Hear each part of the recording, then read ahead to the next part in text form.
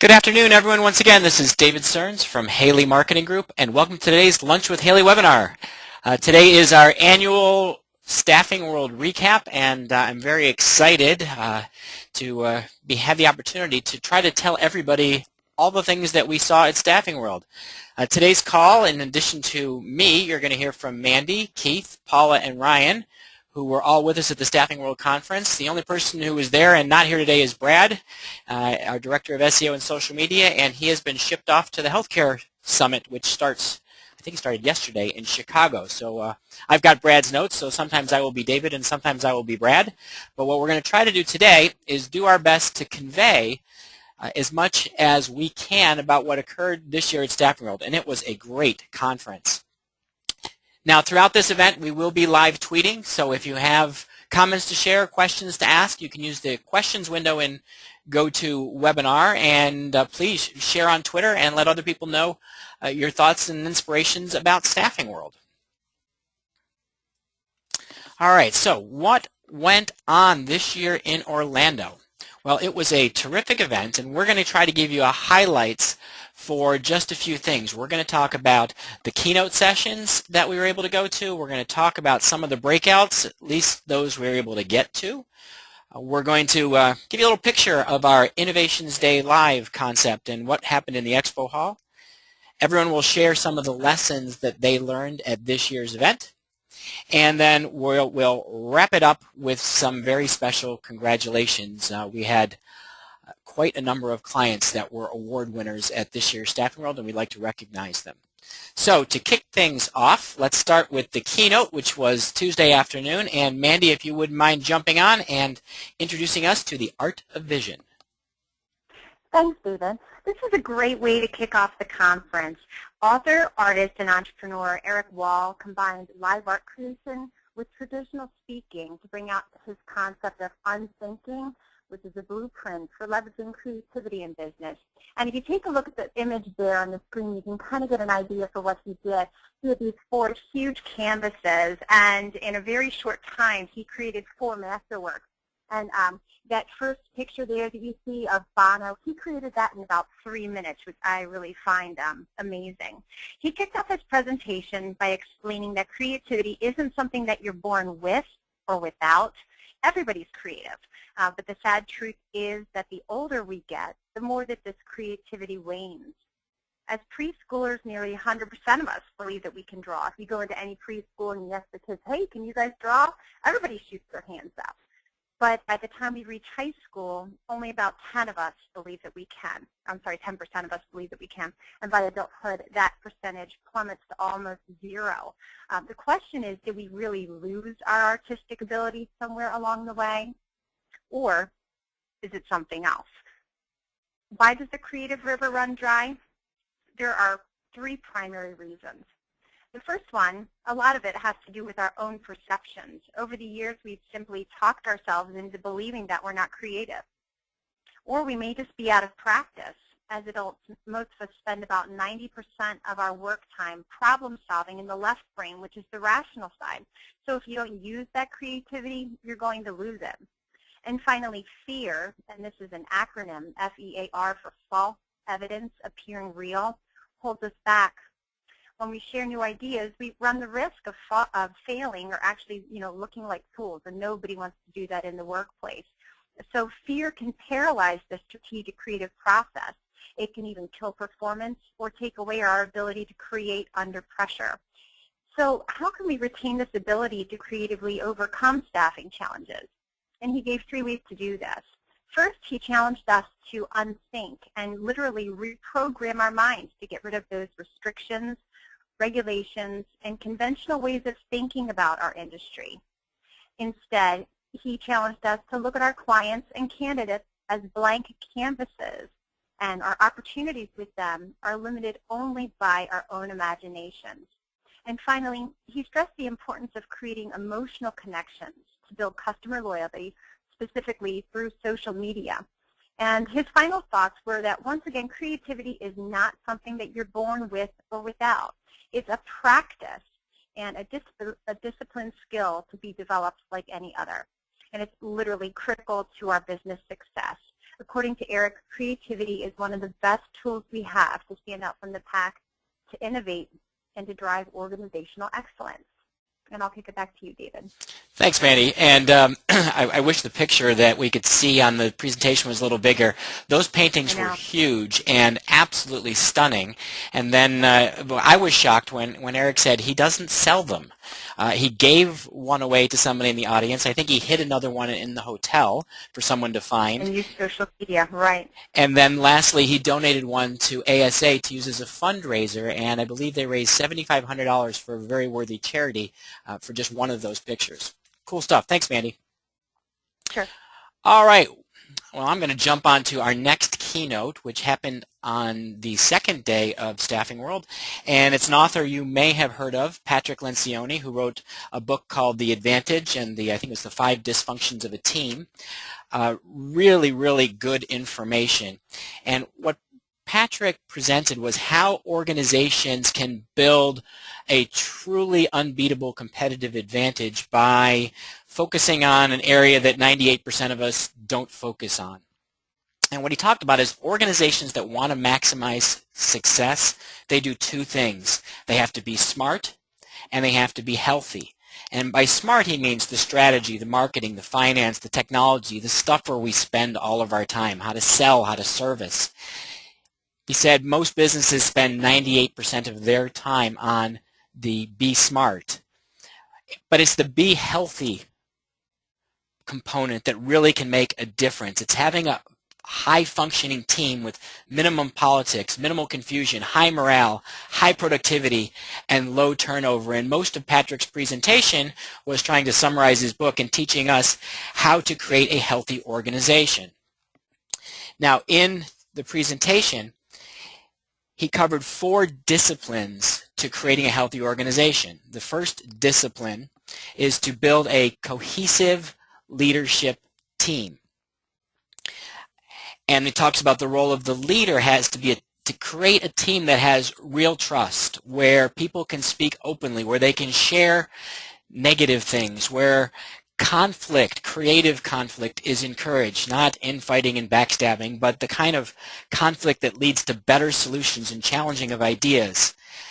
A team, the role of the leader is to create a team where there is a very strong sense of commitment, that everybody is vested in the final outcome, that there is accountability, and not just accountability from the leader holding the people accountable for hitting their goals, but he said the strongest accountability is when you have peer-to-peer accountability. That's the one that really works. And you get peer-to-peer accountability when people are really vested in owning the outcomes.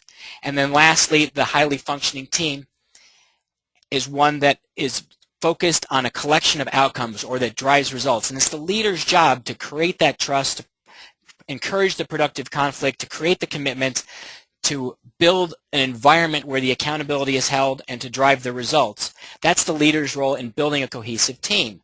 The second part of the leader's role is to create clarity. And Patrick identified 6 questions that you need to ask yourself about your organization and that people need to understand. And the 6 questions are as follows. Number 1, why do we exist? What is our purpose? Number 2 is how do we behave? What are the values that drive how we act? Number 3 is what do we do? And what business are we really in? Are we just in staffing? Are we in something bigger, something that has a bigger role in people's lives?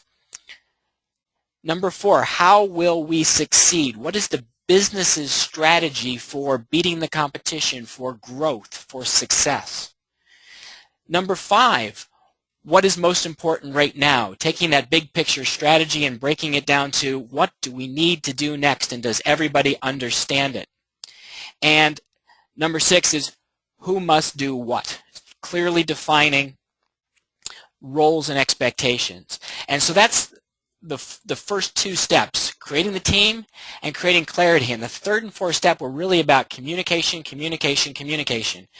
I'm not sure I even fully understood how much Patrick was telling us to drive communication home in organizations, but he's really talking about the leader needs to reinforce that clarity over and over again with how they communicate with people, and then with the systems they put into the business to institutionalize the organization's goals and mission and purpose and communication systems. So that was the advantage, and I've just tried to consolidate an hour presentation and an entire book into about 3 minutes. Patrick's presentation was really excellent. I would strongly recommend to anybody on today's call, if you've not read The Advantage, pick up a copy of the book to get this in more detail. And now, Mandy, I'm going to turn it back to you for the final keynote, where we had Scott Klosowski, I'm probably mispronouncing it, and talking about high beam leaders. Okay, thank you. Yes, Scott Klosowski is an international technology consultant. He's also an author and an entrepreneur, and he shared his insights on how technology is changing the face of leadership. And his message was simple: evolve or face extinction. To survive in today's increasingly competitive business environment, your staffing needs what he calls high beam leaders. And these are individuals who know how to leverage technology as an integral part of their intelligence process. His presentation was actually very technically complex, especially for the last session after we've been, seeing presentation after presentation for 3 days. And he took a very, what I would consider to be doomsday approach to business leadership. And if you take a look at this image that I snapped a photo, and this is the last slide, and it says, resistance is futile. You'll have a whole eternity to think inside the box. So he had an interesting way of presenting his message, but listen, he has some great points to make. So I just consolidated 3 key takeaways because, once again, there was so much information. I just tried to pull the new thoughts, the new ideas, things that I hadn't heard before. And the first one is technology Darwinism. And this happens when the pace of technology innovation is faster than the speed in which people and companies will adopt those new tools and methods. It's sort of business's version of survival of the fittest. So if your business doesn't evolve as rapidly as the technology of an industry, and this includes the technology that your clients and candidates are using, not just your own systems, it creates a significant technology risk or gap in areas like the relevancy of your staffing and recruiting services, your ability to acquire the best talent, and your ability to create strong customer connections that build trust and loyalty. Companies that fail to keep up face a critical tipping point that he called a technology inflection point. And this is a point at which a company or even an entire industry starts to decline rapidly because this technology gap is just too big to overcome. And the third thing that he introduced that was unique was the concept of humology. And this is the perfect blending of humanity and technology. And another way of explaining it would be efficiently combining the information processing power that machines have with the sensitive understanding of human emotions. And as a high beam leader, he wrapped up the presentation by challenging everybody there to collaborate with IT and technologists to look into the future, to kind of look around the next bend and find that right balance of technology and the human touch for your staffing firm. Thanks, Mandy. David, I'll turn it back over to you. Thank you. Terrific. And if we weren't overloaded enough after these 3 keynotes on, as you can see, very different approaches to thinking, from the artistic and creative view of the world to more effective leadership to now how to manage this influx of technology with the human side of our business, now we have the dozens of breakout sessions, and we're going to kind of kick things off. Ryan, if you'll lead us talking a little bit about social media, social networking, and social relevance. Certainly. Thank you, David. So Scott, same Scott here, he also led an earlier workshop on social media networking and relevance. And he started by framing exactly what is meant, or rather what should be meant when we use these terms. The word social has really lost its meaning. Most people will just have a thought of Facebook pop in their head when they hear it, but really social is a tool, and it's a critical tool for modern business.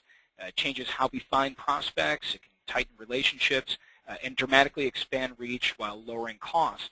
Just like when .com was hot in the 90s, people just started adding it to everything they said. The same way the press and media are guilty of just adding the word social as an umbrella term for everything, since that's what's hot right now. But social technologies, that's actually the correct umbrella term. You have technologies that fall under social media like YouTube and your blog page where you can host your own content and have your audience access the library of content that you've developed. And then technologies like LinkedIn, Twitter, Facebook, Google+, those fall under the social networking category.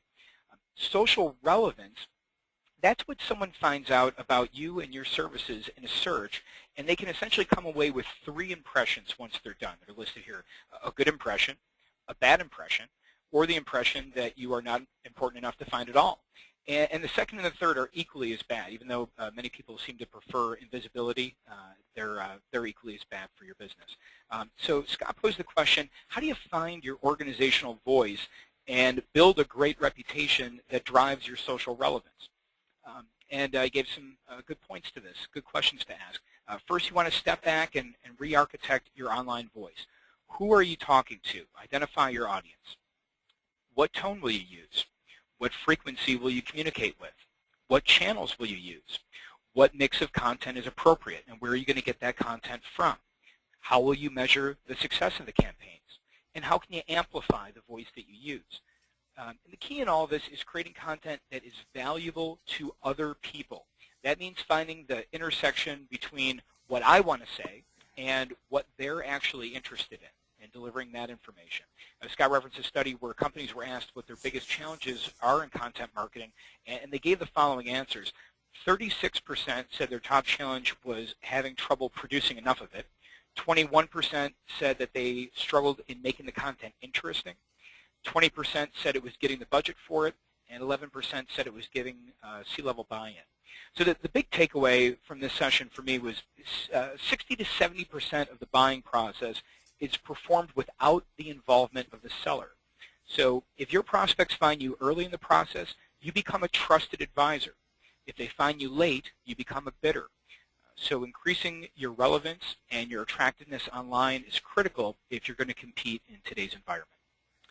And with that, I'll pass it back to Mandy. Thanks, Ryan. The next breakout session that I attended was called New Twists on Traditional Recruiting Practices. And this presentation was by Jonathan Katz, the Managing Director for Career Builder. Over the years, the goal of recruiting has stayed the same, but fundamental shifts in the job environment and job search behavior have necessitated a change in recruiters' methods. For example, today's job seeker uses an average of 14.5 resources to analyze his job opportunities. This could be anything from a good old-fashioned newspaper to a job posting to sites like Glassdoor, Dig, and Facebook. Secondly, jobs like Chief Listening Officer, Millennial Generational Expert, and Sustainability Expert didn't even exist 10 years ago, and now they're part of our vernacular. And finally, supply and demand shifts have created significant skill gaps, making finding that right match even more challenging for us. And his message was that by putting a modern spin on traditional recruiting practices, you can attract the great candidates while still conserving valuable resources. And he provided 4 tips to accomplish that. First, think like a marketer. Don't just focus on attracting candidates, but on actually getting them to take an action. This could be applying to a job. It could be registering with your staffing firm. It could be contacting a recruiter or just requesting more information. And second, to build candidate trust the right way. Because when it comes to determining a staffing firm's quality, candidates actually trust friends and strangers before they'll trust what you say. So things like user-generated online reviews, referrals from friends, testimonials, and third-party awards like Innovero's Best of Staffing are really great ways to build that trust. Third, make sure that your site is mobile optimized and not just mobile friendly, because there's a significant difference. Your site should load in 3 seconds. It should have large buttons to accommodate our clumsy thumbs, and you shouldn't really have to scroll or zoom to read the content. And case in point here is that he cited a great statistic: 4 in 10 mobile candidates, that's 40%, abandon the application process when they're notified that they're going to encounter a non-mobile friendly application process. And that's a huge number, so it's an important point to consider. And finally, He suggested that we critically examine our reactivation and re-engagement activities to make sure that we're always delivering relevant information that keeps your talent pool interested in your company, so that even if they're not ready now, when they are finally ready, be it in 2 weeks or 2 months or 2 years, to start looking for their next opportunity, you're going to be at the top of the list because you've always been in touch with them and paying attention to their needs and what's important to them in their job search. And now I think it's David's turn next with Eric Gregg's presentation. Yeah, and actually this is David Brad now. Brad. Brad went to a presentation by Eric Gregg, and Mandy mentioned Innovero and their Best of Staffing Award.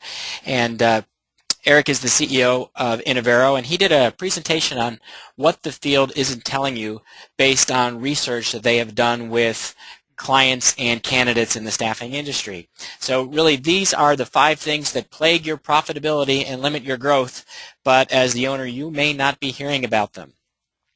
Number 1 on the list is that your website looks bad on mobile devices and it's affecting sales. And as Mandy just mentioned, 40% of candidates will leave your mobile application if it's not really a mobile application.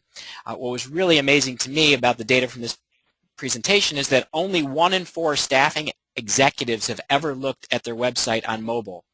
But 70% of your clients own a tablet and 70% of candidates have smartphones.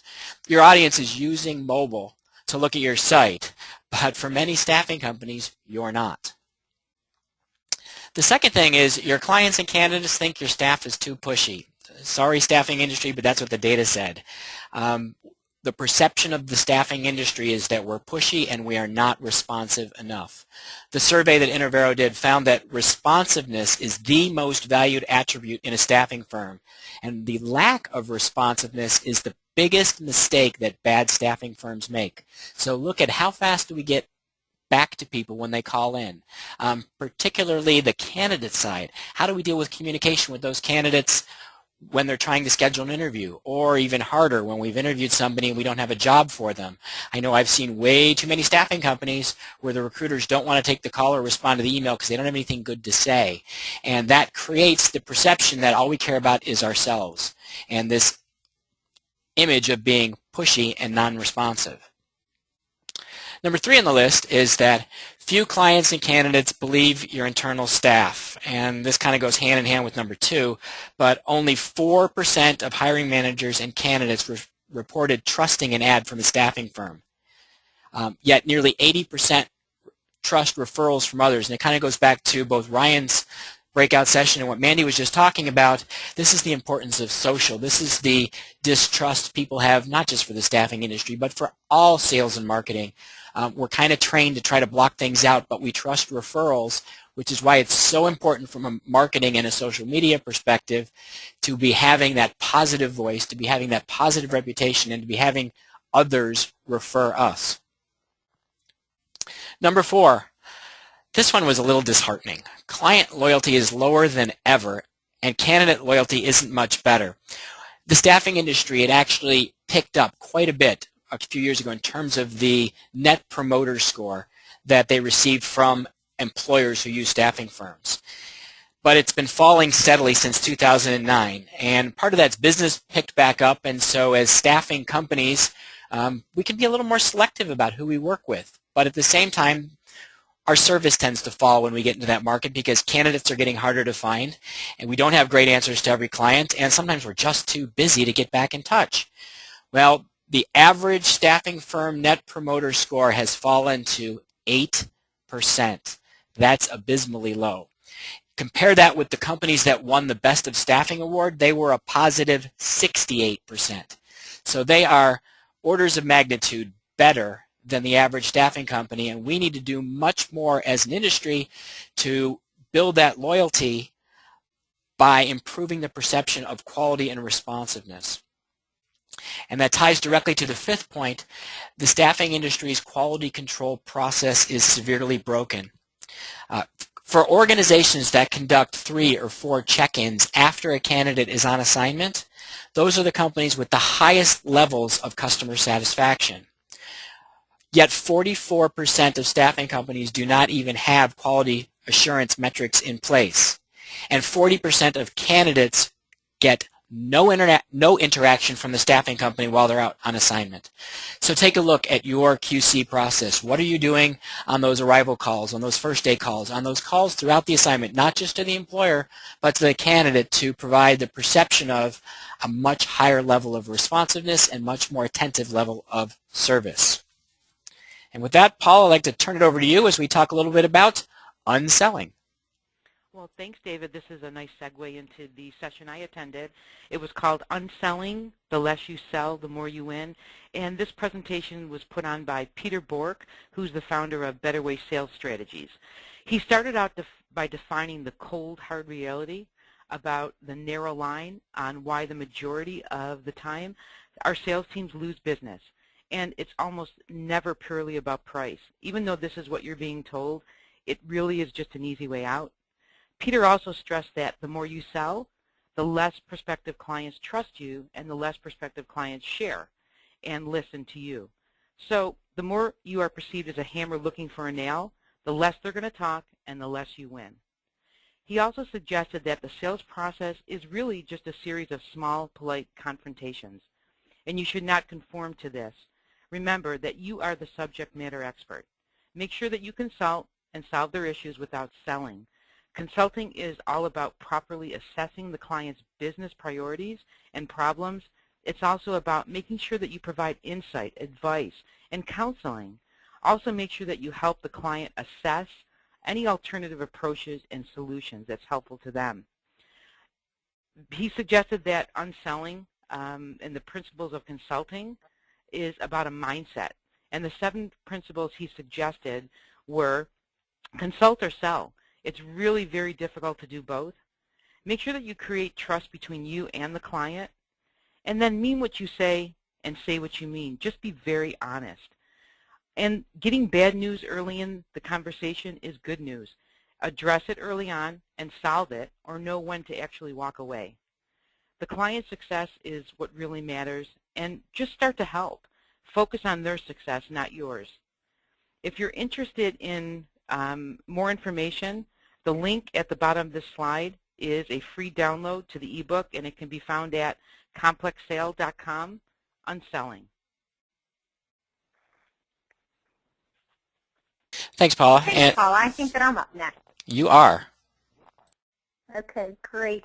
Well, we're about halfway through the presentation, and I'm wondering if anybody's focus out there is starting to drift. So I'm going to speak to that exact topic. The next session that I attended was called Focus Your Attention to Increase Your Efficiency and Effectiveness. And it was presented by Jeff Kay, who's the CEO of Next Level Exchange. And he started out with some really neat examples and asked us if we could potentially be suffering from a very serious syndrome called RADD, and this is an acronym for Recruiters ADD.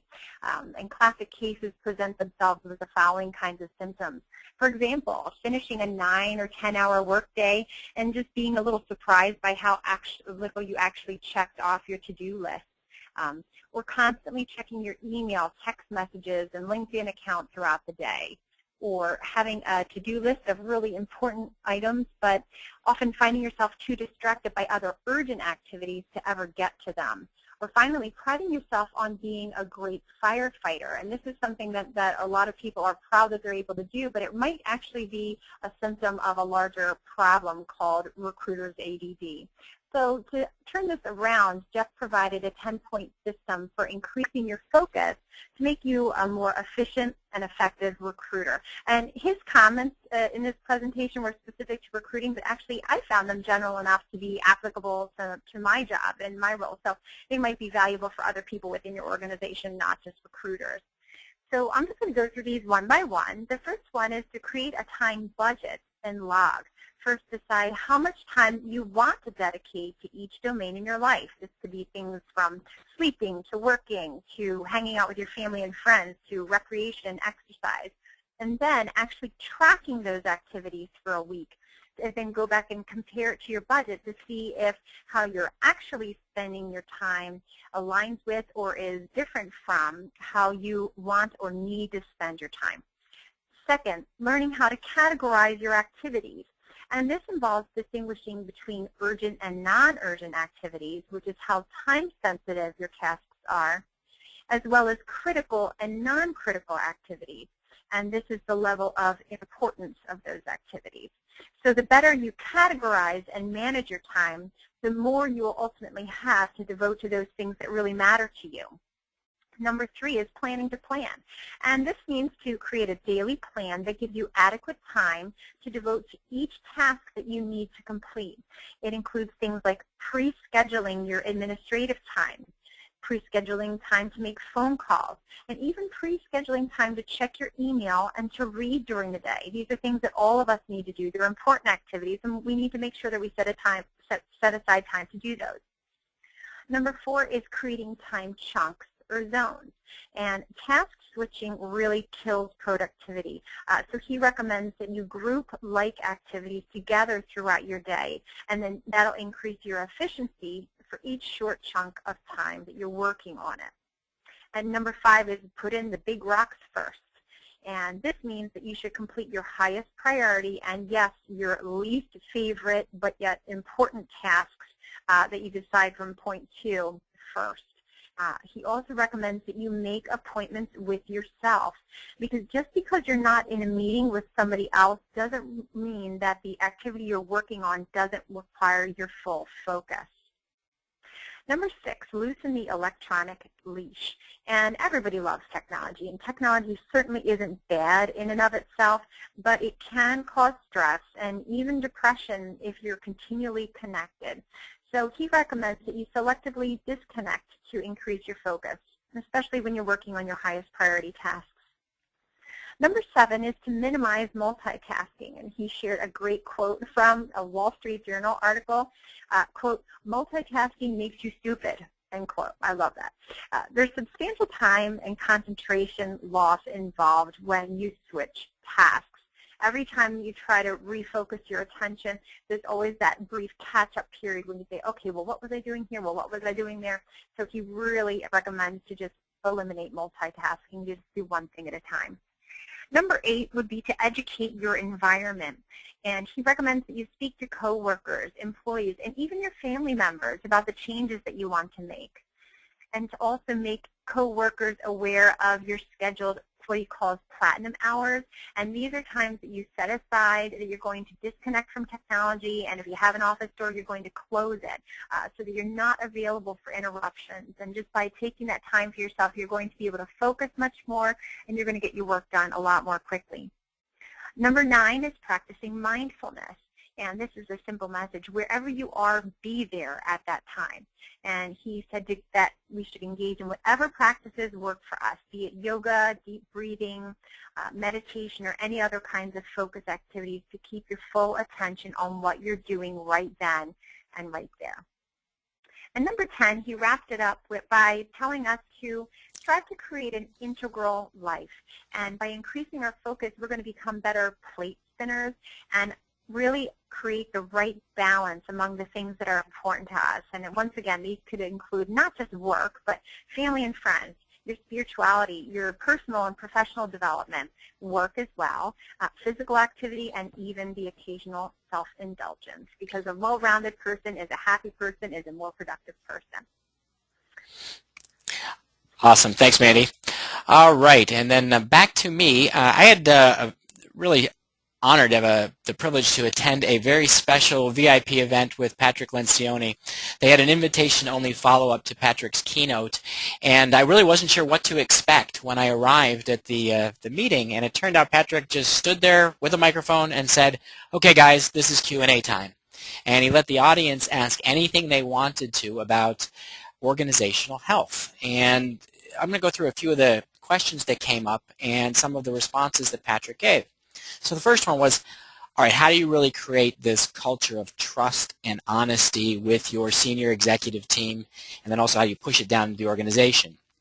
And his recommendation was, number 1, get off site. You got to get out of the office, and you need a planning meeting that is dedicated time with your senior leadership team.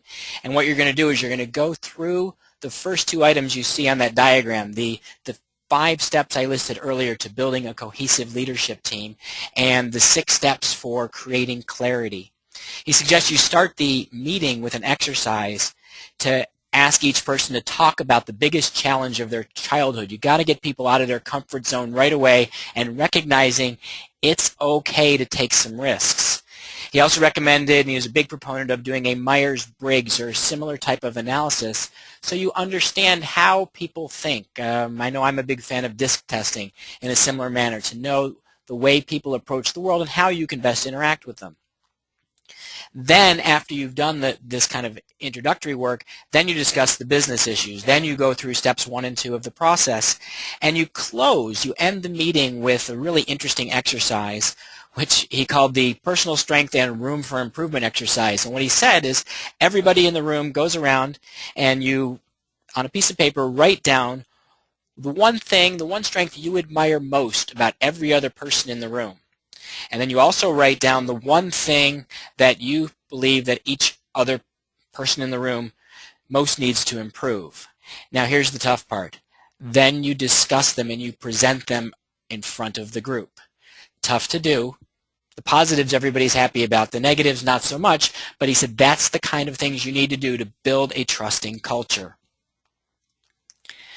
Second question that came up is, what do you do with people who don't want to change? And we all see these people from time to time. No matter what you do, they want to head in the opposite direction. And what Patrick said is this organizational health goal isn't just something that you read about and then say, I'm going to go implement. It requires a true change management process where you are actively managing the activity to be put into place. You're dealing with people's fears. You're dealing with the resistors. You're thinking about how to support the leaders. And you need to very clearly and continually explain where you're going, how you're going to get there, and allow people who don't want to be part of the process to opt out. And by opt out, that does mean opt out of the organization. Next question I loved. What do I do if my boss doesn't get it? Well, and for everybody on the call here, you can use this if I'm not getting it. But Patrick's suggestion was to be a kind truth teller. Essentially, you have to show the emperor he or she's wearing no clothes. You have to gently suggest to the boss ideas for building stronger teams, acknowledging the boss's strength first, then offering ideas for improving the business, not the boss. You've probably all heard this before, but when you criticize an individual, they get defensive and don't listen. When you look at an activity or a process, people are much more open to change. The next question is, how do you push this process down from the senior leaders to the next level? And this is really about almost building an implementation pyramid where the leader at the next level down needs to implement the exact same process with his or her team. Needs to hold the top level leader then needs to hold all of his or her direct reports accountable for implementing the same process for building cohesive teams, creating clarity, over-communicating, and systematizing to reinforce clarity in their departments. The CEO needs to take the lead and consistently manage the process, and leaders at all levels have to be willing to have uncomfortable conversations time and time again to get the outcomes that the business wants to have a healthy organization. And the last question that I'll cover for today is, how do you screen for people who can work this way? And like a lot of you on today's call will think about, screening for behavioral fit. Patrick talked really about screening for value fit first. You want to find those values that are the true drivers of decisions and behavior, the ones you will not cross for any reason at any time, those absolute core beliefs, and you first hire around people who share those same beliefs. You also want to find that you have people who really know the individuals they manage. So when you're hiring, ask people to tell you what they really know about the people they manage. Ask them the names of the people that were on their team, and then pick one of those individuals and ask them to describe in great detail everything they knew about that person. If you're dealing with a leader who believes in this process, that leader will have the ability to accurately describe any individual on their team. And if you're dealing with someone who's just trying to tell you the right things in the interview, you'll find that they really don't know that much about the people that worked for them. They weren't that vested in organizational health. And then when you're screening, keep probing. I remember having a sales trainer who said, if you don't get the outcome you want, just ask the same question 3 different ways, 3 different times. And Patrick said, do the same thing in hiring. You need to keep asking the same questions multiple times to make sure you're getting to the real answers, you're getting consistency, and you're hearing evidence that you are hiring people who will commit to your culture of trust and honesty. All right, next up, Keith, talk us about the transition that staffing entrepreneurs make from foundership to leadership. Thanks, David. I had the pleasure of attending this session with Mandy, actually, and we kind of combined some of our notes. And this was presented by Linda Sasser, who's the president and CEO of Impacting Leaders, and it was basically foundership to leadership, the top 5 pitfalls of growing organizations. Basically, she took a 4-hour training session and put it into 75 minutes of just jam-packed information. So it's going to be impossible to put everything into a 2-minute overview, but basically I just kind of want to focus on one thing, and that was avoiding some of the delegating mistakes. Linda explained it as a difference between getting things done and getting things done through others. So here are some mindsets that she recommends you should purge and others that you should adopt to help better delegate and empower your staff. And the first is believing that you're the only one who can do it right.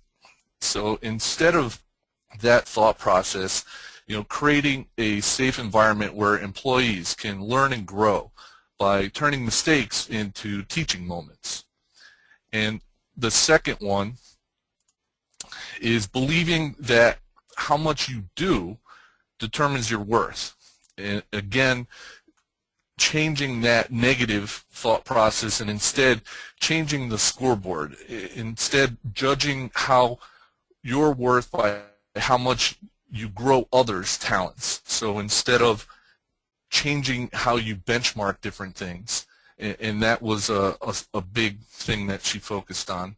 And then the third is believing that you need to lead everybody and be the boss of your followers. And instead of that mindset, it's more about viewing yourself as someone who leads leaders and inspires everybody. And that was one of the big things about her talking about developing leaders within your company. And that was a big thing that she went on about. And basically, a final thought, being the quote-unquote the one who makes things happen in your organization is very gratifying, but your efforts are ultimately limited by the number of hours that you put in. And basically, when you work through and with others, an example of by delegating and empowering others to lead, your opportunities as a leader are going to increase through them exponentially. So again, that was a quick wrap up on that particular session. And Great. Back to you, David. Great, thanks, Keith. All right, and the next session to talk about was one that Brad attended, and this was a really technical one, so I'm so happy that he just left me some pictures and just a couple of notes, because it was really about innovative online sourcing and specifically some advanced Boolean search strings. It was presented by Tricia Tamkin and Jason Thibault from Morgan Consulting Group. And for those of you who are ASA members, if you weren't able, at Staffing World, Brad's strongest recommendation was download the full presentation from the ASA website. There was lots of really meaty advice on how to use search strings more effectively. And because I don't have the notes from that session, there is one specific one that Brad shared with me that I want to share with you as a quick takeaway from this particular breakout. I've always been a fan of being able to find good information online, and there's a service that we've used in the past called Jigsaw, which is a directory that gives you access to wonderful contact information about people who work in specific organizations. And during this presentation, they actually showed a search string that you can quote-unquote hack into Jigsaw's database of contacts and companies, which can be used for both recruiting and lead generation. And the string you see coming on the screen now, and this is what you type into Google, is the site :jigsaw.com, so you're going to search their site, in title wiki, you're going to search their company wiki, and then you fill in the name of the company you're looking for, and it will pull back for you all of the information in their website about that company.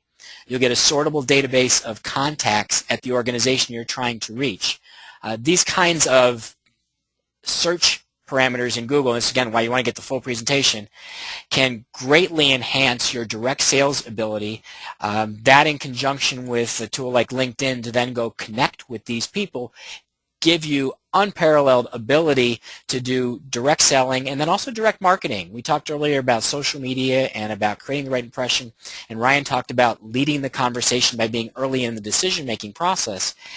As you're using techniques like you see on screen here to find people, you can then be using the channels of communication, the social networks, the social technology to connect, to share information, and start to shape the conversations before you start to sell to improve your ability to both drive new business and make candidates who are getting bombarded by calls from recruiters these days, make those candidates much more willing to talk to you.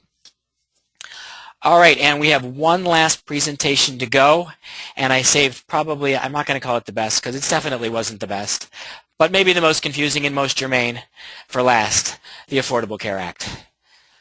Now, I'm sure everyone on today's call has heard lots about the Affordable Care Act, and this presentation was really kind of an update on where we are today, what to do next, and where things are headed. And I went in very optimistic that I'd get lots of specific information given that we are less than 3 months away from this law being implemented. And what I still heard was lots of, we don't quite know yet. So let's go over what we do know and what we don't know. Yeah. The good news is everyone's aware we got a 1-year delay in the employer mandate. So we do not have to worry about paying healthcare benefits January 1st of this year, but we do have to worry about it for January 1st of next year. And as a reminder, in case anybody doesn't know, you have to offer coverage to people, and it has to be affordable, and it must cover 60% of the cost of benefits, or you'll pay a penalty. Affordable means it's got to cost less than 9.5% of the W-2 wages of the employee's family, or the penalty is $2,000 a year per employee. The good news about the 1-year delay is not only do we not have an expense next year, but we've really got a year to figure out how big is the cost going to be, and you need to start tracking right now. You really need to be ready to start keeping tabs of hours by January 1st. And the reason is you want to know at the end of next year exactly what your liability is going to look like going into 2015. On January 1st, 2015, who do you have to offer coverage to? Well, all full-time employees, which means your internal staff, and it means your ongoing temporary employees who are on what are considered to be full-time assignments, and with the 12-month look back, that's more than 30 hours a week averaged over 12 months. You also have new employees who you expect to be full-time, and this is where it got really vague. What does it mean to be expect to be full-time? Well, the people in the presentation said any assignment lasting more than 6 months, you probably are going to have to say you expect it to be full-time, meaning benefits have to be paid day one. If it's less than full-time, you're going to have to look and judge, and the rules are not yet clear, as to what will be a variable worker.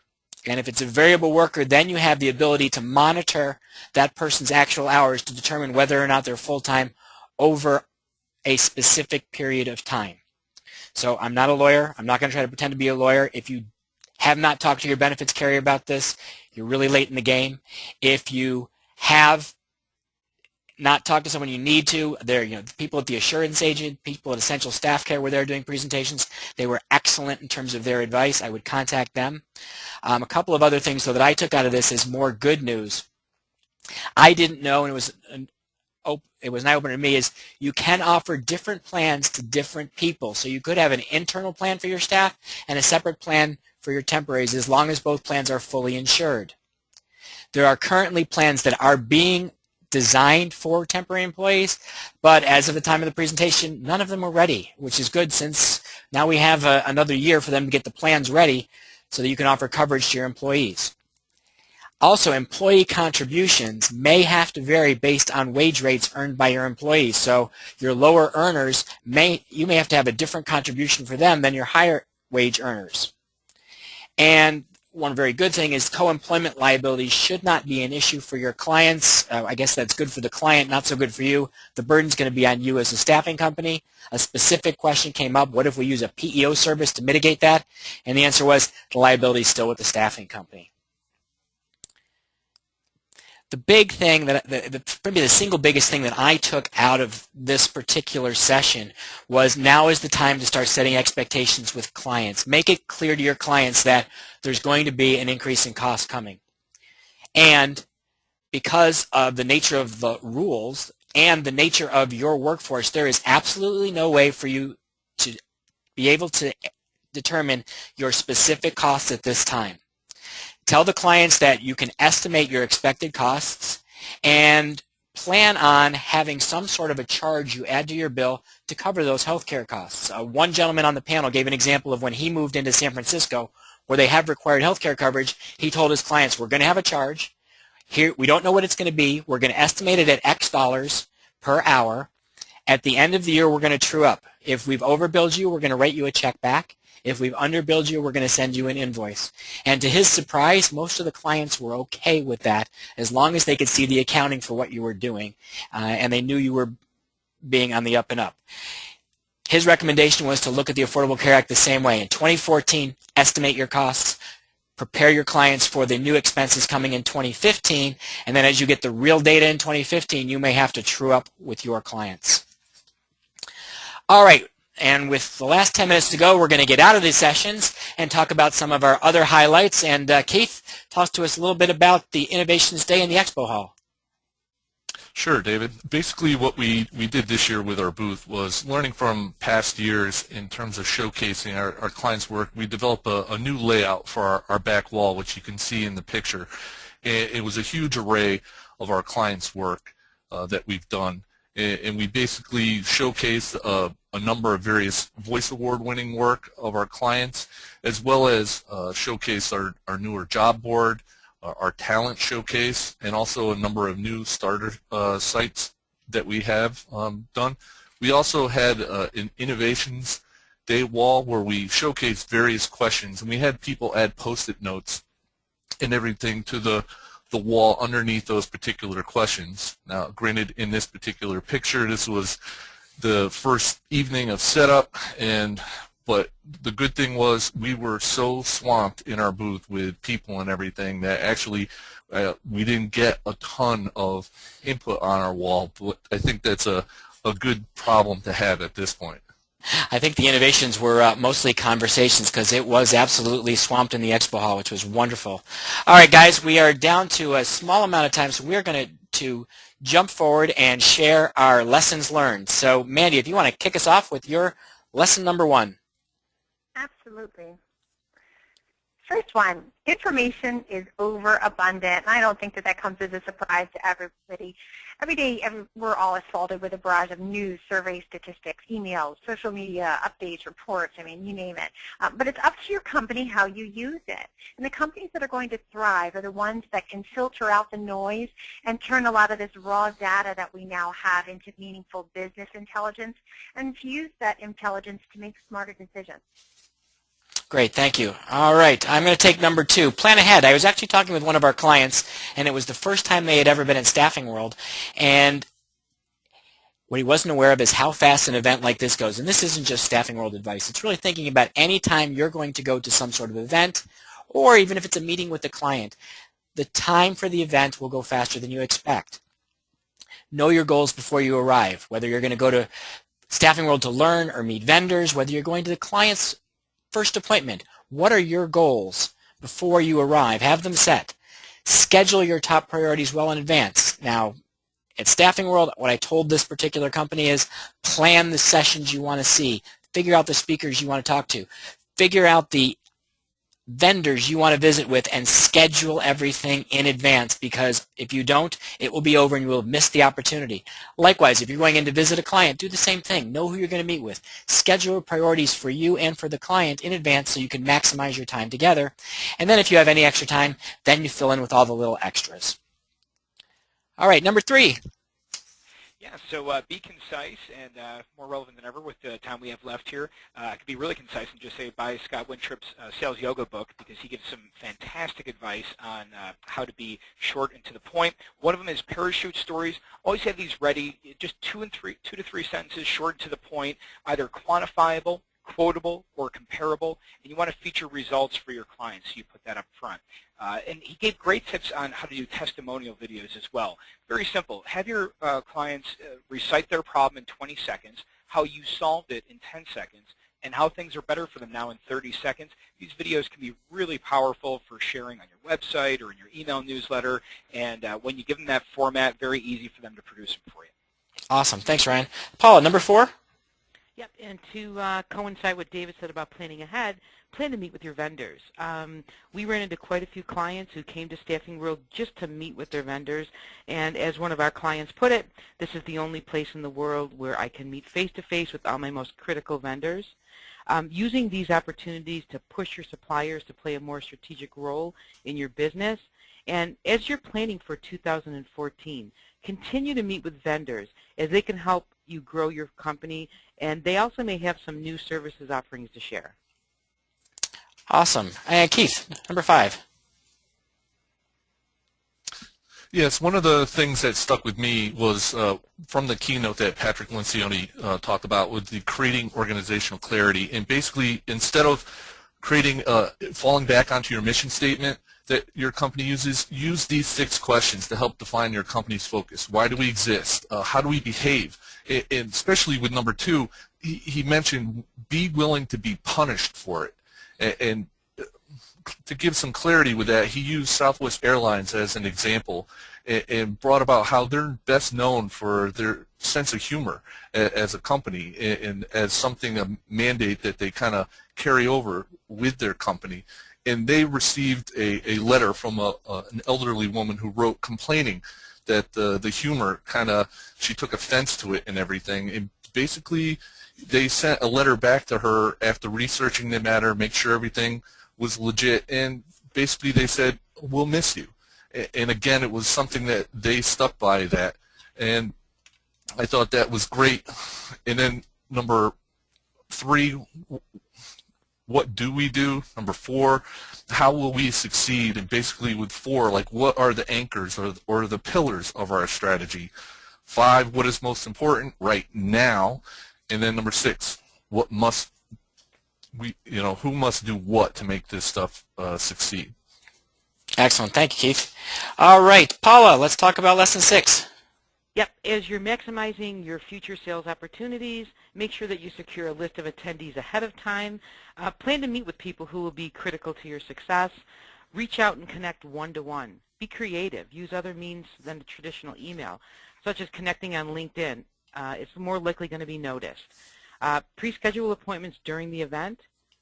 Focus on clients and prospects you want to work with, and make sure that you do the follow-up after the show. That's critical. And for everybody, if you attend job fairs or trade conferences, Paula and Ryan, who are part of our sales team, they reached out to all the Staffing World attendees in advance on LinkedIn and had an incredible number of positive responses of people who connected with them and then came up to them at the booth to say hello. That has led to lots of post-show opportunities, and had we not been proactive about maximizing the show, it wouldn't have worked out as well for Haley Marketing. But likewise, if you're going to a job fair, have your recruiters connect with all the other people who are at the job fair, or if you're going to go to a trade conference in your industry, do the same thing with other attendees. All right, Mandy, lesson 7. Recruiting is the same, only different. And this point was really driven home during the Career Builder presentation. The goal of recruiting hasn't changed. We still need to find the right people for our clients' needs. The strategies recruiters are using to attract and present, however, has greatly evolved from things like a newspaper and a fax to job boards, social recruiting, and even video interviews today. And the companies that thrive are the ones that can look around the next corner and leverage technology to reflect the changes in job seeker search behavior, and then find meaningful ways to connect, to add value, and to build trust. Awesome. Keith, lesson number 8. Sure, David. Be more creative. Think different. I had a lovely conversation with a number of different people that were looking to think outside the box, to not do what everybody else was doing in terms of the way, whether their website was designed or how they presented themselves. And I thought, don't be afraid to lead the pack and stand out, be different. And I had a great conversation with one client about developing their own company story, again, using that story of their company as a differentiator for themselves. And also that there is more companies that are willing now to invest more money into creating unique artwork to help define themselves differently from everybody else. So I thought that was a very promising aspect. Awesome. And lesson 9 comes from Brad, about being more socially aware, protecting your reputation, making sure you know what people are saying about you, watching reviews on Indeed, Yelp, Glassdoor, Google Reviews, Yahoo Reviews, setting up Google Alerts so that you can get emails sent to you anytime somebody mentions your company, making sure you're regularly scanning the various social media for both positive and negative reviews, and lastly, developing a proactive plan to increase positive reviews, shares, likes, etc. So you're getting more of that positive online reputation being created by people who like you day in and day out. And Brad was so excited about this. On the plane home, he took out a pad of paper and he drew up an entire system to create and manage positive reviews. So that will be coming from Haley Marketing in the not-too-distant future. And lastly, all right, we're biased, but we did hear this time and time again, invest more in marketing. In fact, if you saw Staffing Talk today, there was a great article on how really selling in businesses evolves to marketing in businesses. And in the staffing industry, marketing is still only 0.4% of sales. Most other industries, it's 4 to 5%. In industries like retail, it's 8 to 10%. But where should you spend that money? 3 quick areas. Number 1, recruitment marketing. We're seeing more and more companies that are finding candidate scarcity in every discipline. So you need to be using more channels to attract talent and build your brand. That includes social media, SEO, PPC or pay-per-click, and local market branding. Second, invest in sales support. Help make it easier for your sales team to sell and have more productive conversations. Create those compelling stories. Differentiate with your sales process and your creative. Find ways to help your sales team be more effective by having more meaningful conversations. And right now, since candidates are scarce, if you get a good person, make sure you have enough job orders so that every candidate you have gets placed.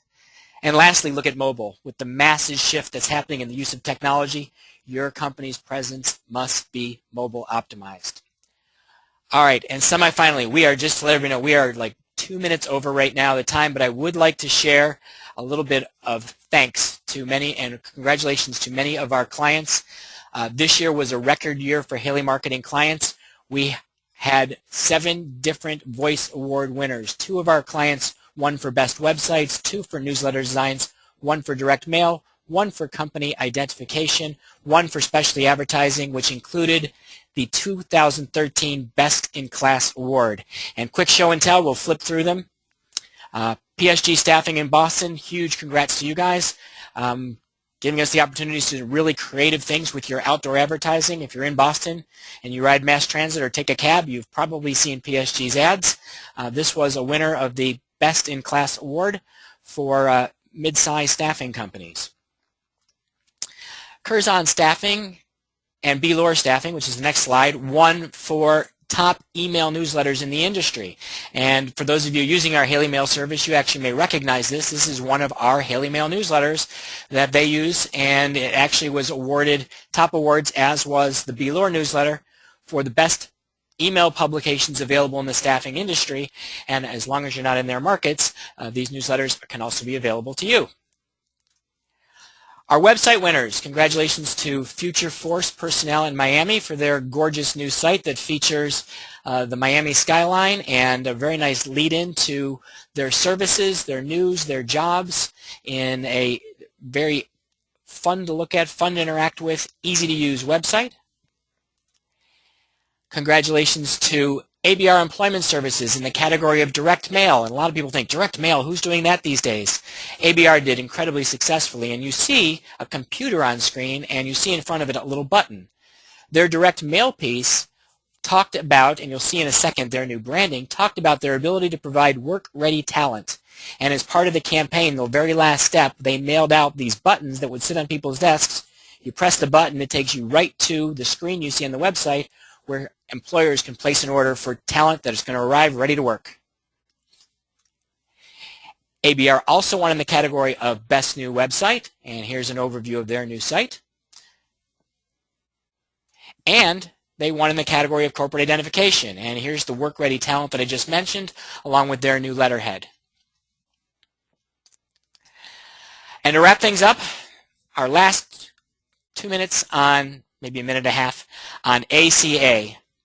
Nope, not Affordable Care. We had enough of Affordable Care. In fact, we got a little tired about Affordable Care and hearing about it at the conference. So we decided it's time for our own ACA, the Affordable Creative Act.